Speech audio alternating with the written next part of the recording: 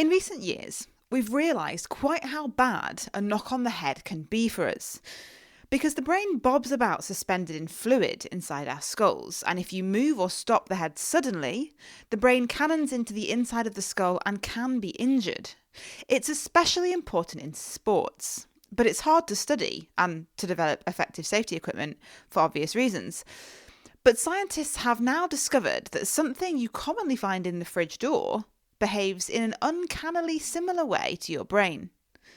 Adam Murphy. In lockdown, I've been cooking a lot more. And I've been making a lot of egg-based things lately. Apparently I'm not the only one. A group at Villanova University in Pennsylvania have been using eggs to model the physics of brains during concussion. Can you scramble an egg or a brain while it's still in the shell or skull? Chin-Hong Wu told me why you can compare an egg to a brain. But if you think about this from just a physics point of view, they're both kind of like a soft thing in a liquid environment that enclosed in a hard shell. It's hard to measure concussions as they happen. Skulls aren't transparent after all. So while a brain isn't an egg, it can help us with the physics. Wu and his team took the eggs out of the shells, put them in transparent hard containers, and then got violent. Then we create impact on this structure. So this impact could be like a translational impact in a way that you just strike on the container directly.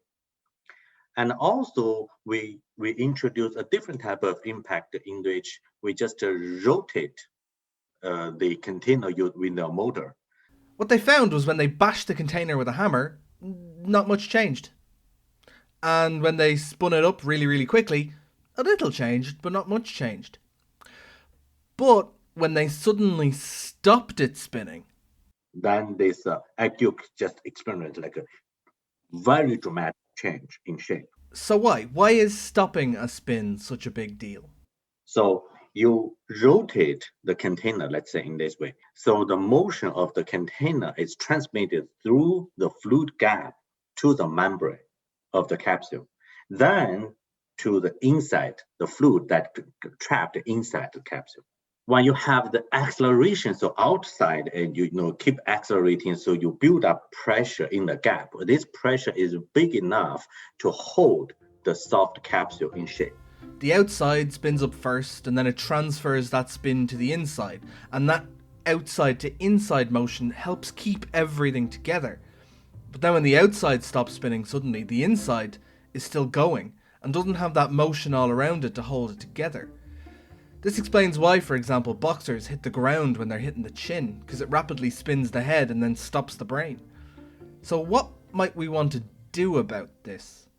Coming to the protective gear, when you develop this like helmet or for sports or for other things, keep this in mind that if someone encounter an accident, for example, in a car accident or other things, if anything involved with you believe there is a rotational impact, you got to be very careful and have the MRI done, because the brain matter is very, very soft and it's very sensitive.